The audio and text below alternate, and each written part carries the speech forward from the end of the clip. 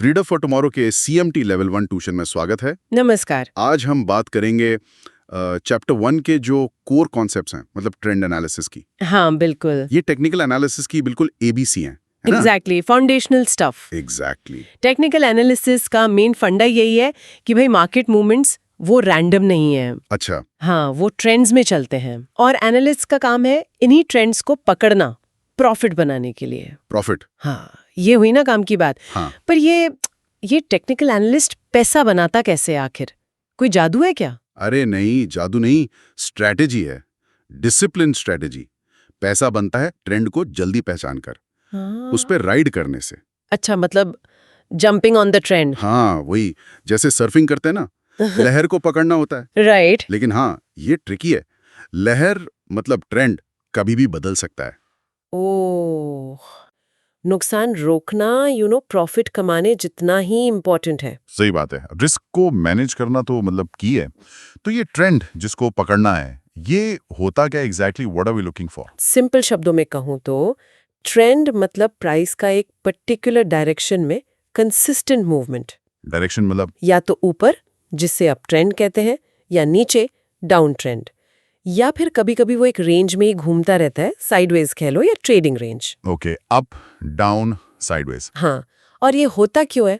Basic supply और demand का खेल है। Supply demand. जैसे बायर्स ज्यादा स्ट्रांग है या सेलर्स? बिल्कुल अपनी सब्जी मंडी जैसा। सब्जी मंडी। हाँ हाँ। अगर आलू खरीदने वाले ज्यादा हैं तो क्या होगा? प्राइस बढ़ेगा, वो हो गया अप ट्रेंड। राइट। और अगर बेचने वाले ज्यादा आ गए तो प्राइस गिरेगा, वो हो गया down trend. How do we spot these trends? सबसे कॉमन तरीका जो है वो है पीक्स और ट्रफ्स को देखना। पीक्स और ट्रफ्स मतलब? प्राइस के ऊपर वाले टर्निंग पॉइंट्स वो हो गए पीक्स और नीचे वाले turning points troughs. Okay, highs and lows. Exactly.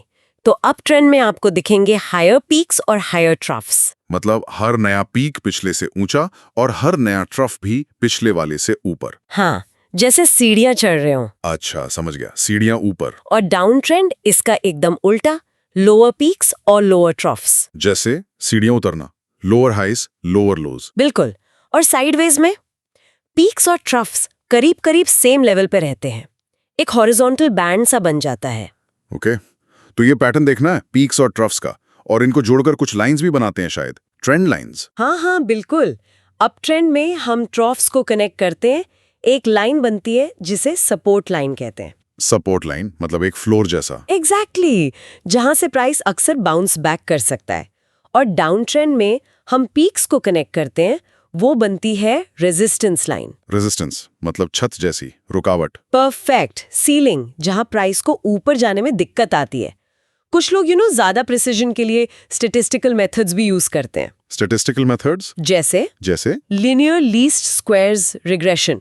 वो डेटा पॉइंट्स के बीच एक बेस्ट फिटिंग स्ट्रेट लाइन ढूंढता है। अरे वाह, मतलब मैथ भी है इसमें। थोड़ी सी, पर ये लाइंस विजुअल गाइड्स की तरह बहुत काम आती है। इंटरेस्टिंग।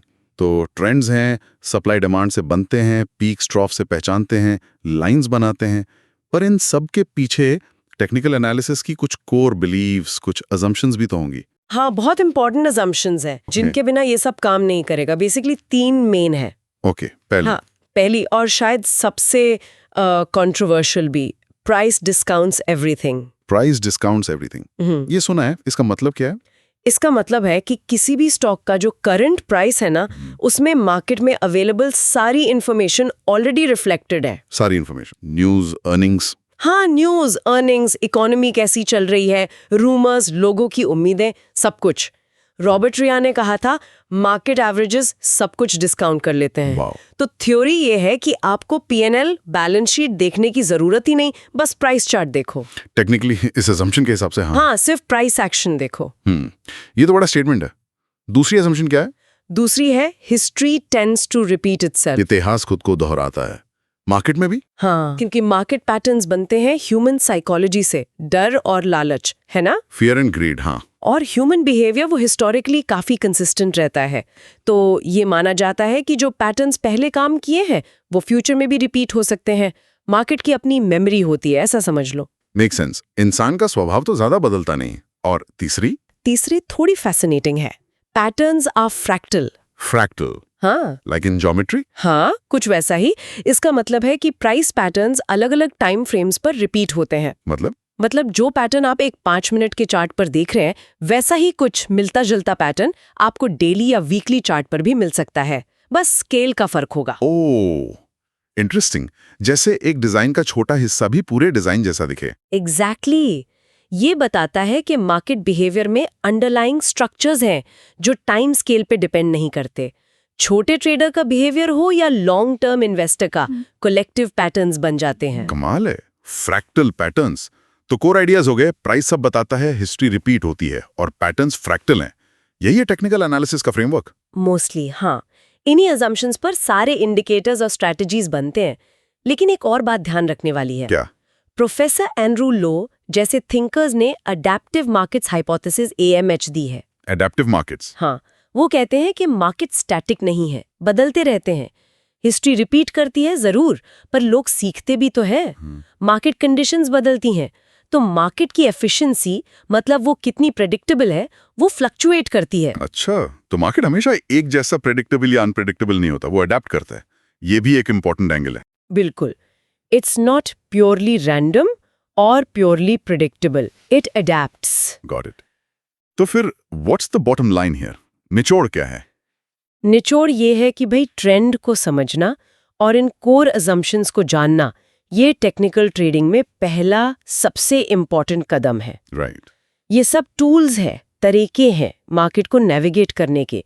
कोई क्रिस्टल बॉल नहीं है, बस प्रोबेबिलिटी को अपने फेवर में करने की कोशिश है। प्रोबेबिलिटी नॉट सर्टेनिटी, बिल्कुल सही। तो लिसनर्स के लिए कोई फाइनल थॉट छोड़ें? जरूर। एक सवाल है सोचने के लिए। पूछिए। अगर प्राइस वाकई सब कुछ डिस्काउंट कर लेता है, जैसा पहला अजम्पशन कहता है, तो क्या फंडामेंटल एनालिसिस, मतलब कंपनी की हेल्थ, उसके फ्यूचर प्रोस्पेक्ट्स को समझना, क्या वो पूरी तरह इर्रेलेवेंट है? अच्छा सवाल है। या फिर टेक्निकल और फंडामेंटल एनालिसिस दोनों मिलकर एक ज्यादा कंप्लीट, एक बेहतर पिक्चर दे सकते हैं? इस पर सोचिएगा जरूर। बेहतरीन पॉइंट। टेक्निकल वर्सेस फंडामेंटल, या फिर दोनों साथ? इंटरेस्टिंग। चलिए इस पर सोचते हैं। अगली बार फिर मिलेंगे। सुनने के लिए शुक्रिया। शुक्रिया।